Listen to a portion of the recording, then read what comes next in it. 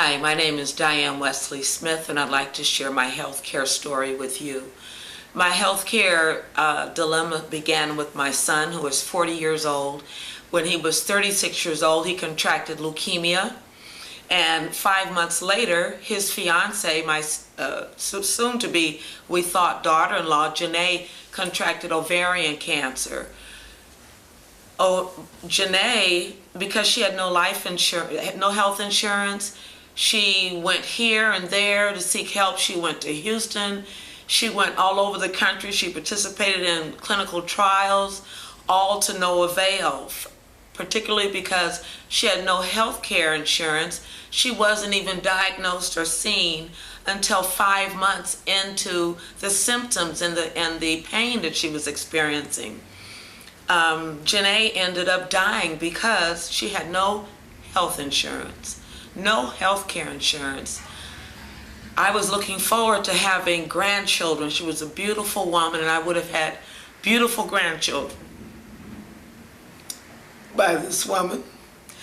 My son contracted leukemia. What's the chances out of that, a couple both being stricken? When my son was stricken, he had no health care insurance either. He worked, he elected not to get health care insurance. He didn't understand the importance of it. When he contracted leukemia, my husband and I've had to fly to Las Vegas every 3 weeks, which is where he lived. He had nothing. He was about to lose his apartment. Thank God he didn't have a home, because if he did, health care would have eaten that money up. My son almost died because they did not keep him in the hospital. They discharged him from the hospital. I had to run down to Las Vegas to the hospital, and they called them. My son's T cells were down. They gave him the medication that he needed only because I ranted and raved, and we ended up coming up with the money to pay for it. Now, because I am very proactive, it wasn't as hard, but the pain, the difficulty, what's happening right now, my son cannot enter the workforce because he has received over $1 million in health care services. He has never been unemployed and sat at home.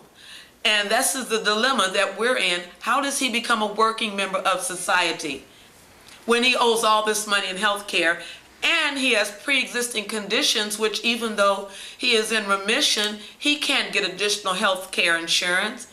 We don't know what to do. The only hope that we have is health care reform.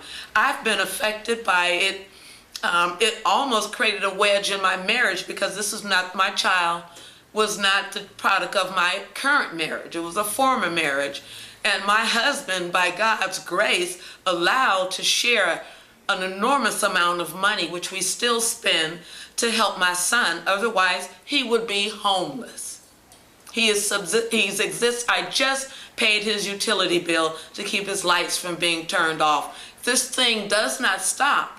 The obligations do not stop, and they will not stop. My son is 40, and it's been going on since 36, and we do everything we can, but we need health care insurance.